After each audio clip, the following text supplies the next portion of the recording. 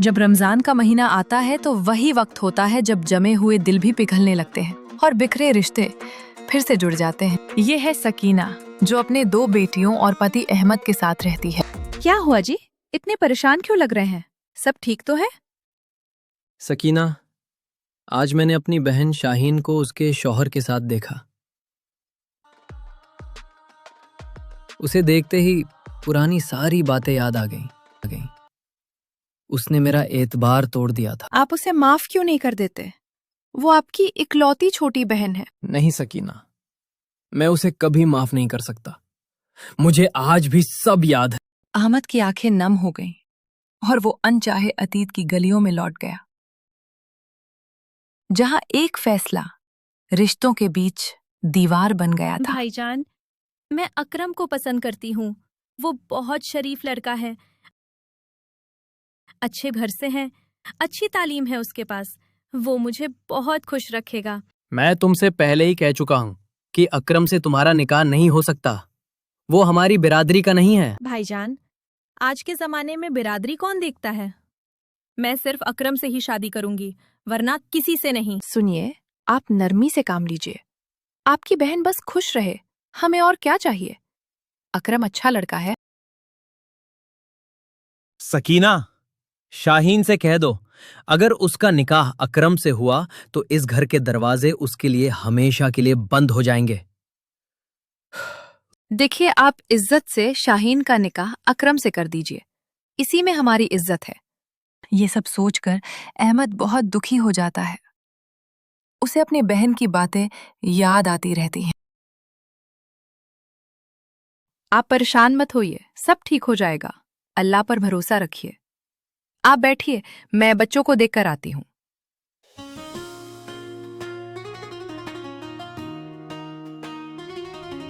बेटा रूबी, थोड़ा आराम कर लो, सुबह से पढ़ रही हो। अम्मी, कल आखिरी पेपर है, बस उसके बाद आराम ही आराम। और अम्मी, 2 दिन बाद रमजान भी तो है। हाँ बेटा, रहमत और बरकत का महीना आने वाला है। बहुत सारी तैयारियां करनी है, घर भी सजाना है। जाओ, सुबह जल्दी उठकर पढ़ना है। अभी मैं तुम्हारे कमरे में देखने आऊंगी। बस, अब पढ़ाई बहुत हो गई, अब सोने चलती हूँ। आयत मेरा इंतजार कर रही होगी। थोड़ी ही देर में दोनों बच्चे बिस्तर पर लेटे लेटे रमजान की खुशियों के बारे में बातें करने लगे। आपी, आप कितनी देर से आई हैं? मैं कब से आपका इंतजार कर रही थी। जल्दी बताइए ना रमजान के बारे में। प्यारी बहन आयत, रोजा अल्लाह की बहुत बड़ी इबादत है। रमजान वही महीना है जिसमें कुरान शरीफ नाजिल हुआ था। इस महीने में नेकियों का सवाब कई गुना बढ़ जाता है। भी आपी, इस बार मैं भी आप सबकी तरह भूखी प्यासी रहकर पूरे रोजे रखूंगी। रोजा सिर्फ भूखा प्यासा रहने का नाम नहीं है, बल्कि बुरी बातों से दूर रहना, झूठ ना बोलना और सबके साथ अच्छा व्यवहार करना भी रोजा है। समझी मेरी बहन? इस बार मैं पूरी लगन और इबादत के साथ रोजा रखूंगी। लगता है ये दोनों बेटियां अभी तक सोई नहीं हैं। कमरे से आवाजें आ रही हैं। अभी तक सोए नहीं तुम दोनों? चलो अब सो जाओ, कल सुबह जल्दी उठना है। शबा खैर बेटा। ठीक है मेरी प्यारी अम्मी, शबा खैर।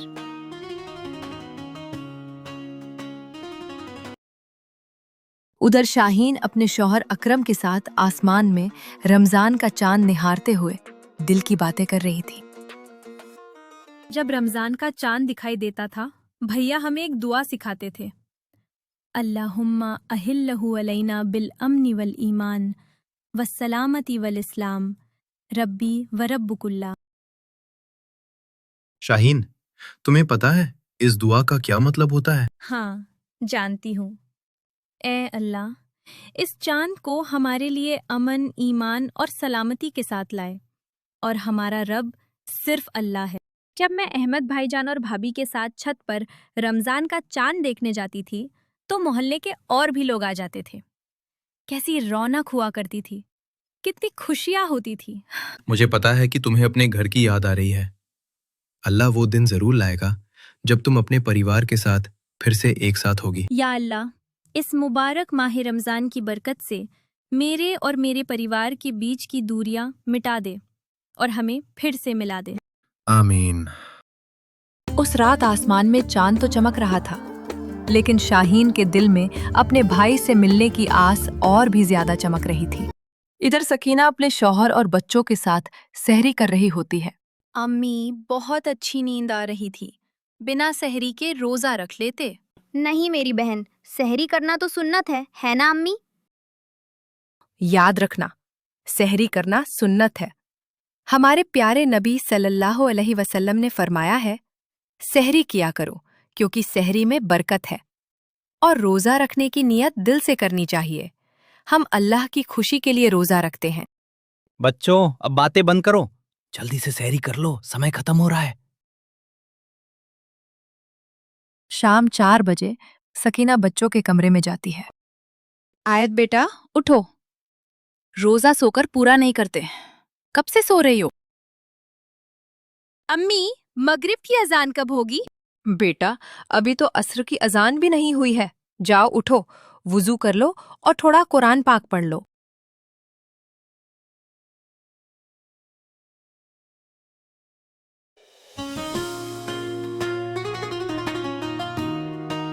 माशाल्लाह, मेरी बेटी रूबी बिना कहे ही कुरान पाक पढ़ रही है। थोड़ी ही देर में मगरिब की अजान की आवाज गूंज उठी। सबने खजूर और पानी से रोजा खोला। इफ्तार के बाद शाहीन ने अपने शौहर की तरफ देखा और धीमे से कहा, आज मैं अपने घर के बाहर खड़ी थी कि पास वाले घर से बच्चों की मायूस आवाज आई। अम्मी, आज इफ्तार में क्या है? ये सुनकर मेरा दिल कांप उठा। वो घर वसीम भाई का था। मुझसे रहा नहीं गया और मैं अनजाने में ही उस घर की ओर बढ़ गई। शाहीन, ये क्या कह रही हो तुम? मुझे यकीन नहीं आ रहा है। अंदर का हाल देखकर आंखें भर आईं। मैं कितना लाचार हो गया हूं। अपने ही बच्चों को इफ्तार तक नहीं करा पा रहा। दिल करता है जमीन फट जाए और मैं उसमें समा जाऊं। अल्लाह पर पूरा भरोसा रखिए, ये मुश्किल दिन भी जरूर गुजर जाएंगे। आज मस्जिद में लोग इफ्तार बांट रहे थे, लेकिन सब जानने वाले थे। कदम आगे ही नहीं बढ़े। डर लगा कि लोग क्या कहेंगे। देखो, वसीम भाई भी इफ्तार लेने आ गए। नौकरी जाने के बाद जैसे सब कुछ बदल गया है। जिंदगी पहले कभी इतनी भारी नहीं लगी। या अल्लाह, ये तो वसीम भाई है। कितनी मुश्किल हालात में हैं। मैं अभी जाती हूँ, इफ्तार का सामान लेकर आती हूँ। नहीं, ऐसे नहीं। मैं चुपके से रख देती हूँ ताकि उनकी इज्जत भी बनी रहे और मदद भी हो जाए। रमजान सिर्फ रोजा रखने का नहीं, बल्कि चुपचाप नेकी करने का महीना है। शाहीन इफ्तार का थैला दरवाजे के पास रखकर बिना आहट के लौट जाती है, क्योंकि सच्ची भलाई वही है जो बिना नाम के की जाए।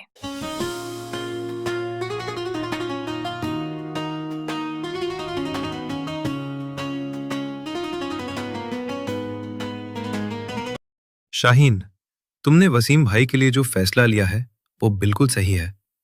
जब तक उन्हें नई नौकरी नहीं मिल जाती, उनका परिवार भूखा नहीं सोएगा। और हमारे नबी सल्लल्लाहु अलैहि वसल्लम ने भी सिखाया है कि वो मोमिन नहीं जो खुद पेट भरकर सो जाए और उसका पड़ोसी भूखा रहे। हर पड़ोसी की जिम्मेदारी है कि उसके आसपास कोई जरूरतमंद तकलीफ में न रहे।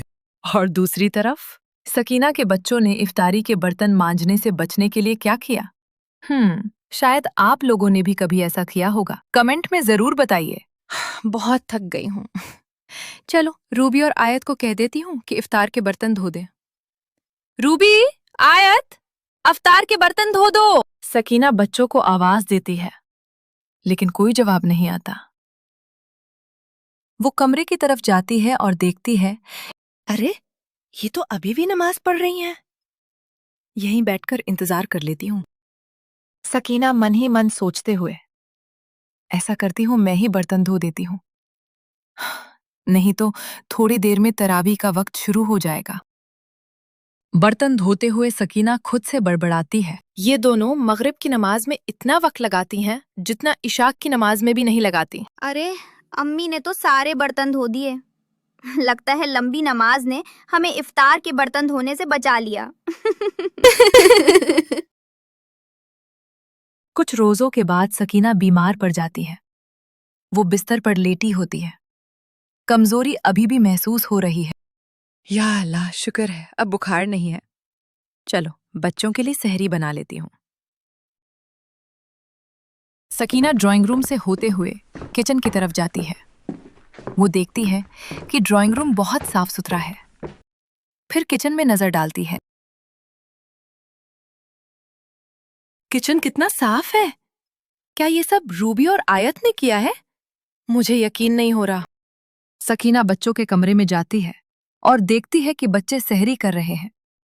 अरे रूबी, आयत, मेरे बच्चों, ये सहरी किसने बनाई है बोलो? आयत और हमने सहरी भी बना ली ताकि आपको जरा भी तकलीफ ना हो। अब्बू काम से बाहर गए हैं और आपकी तबीयत ठीक नहीं थी। अम्मी, आप खड़ी मत रहिए, प्लीज कुर्सी पर बैठ जाइए। माशाल्लाह, मेरी प्यारी बच्चियों, तुम इतनी जिम्मेदार कैसे हो गईं? किसने सिखाया तुम्हें ये सब? अम्मी, कल शाहीन फूफी आई थी। उन्होंने बताया कि रमजान में हर नेक काम का सवाब कई गुना बढ़ा दिया जाता है। अम्मी, और हदीस में भी आता है कि अल्लाह की रजा माँ बाप की रजा में है।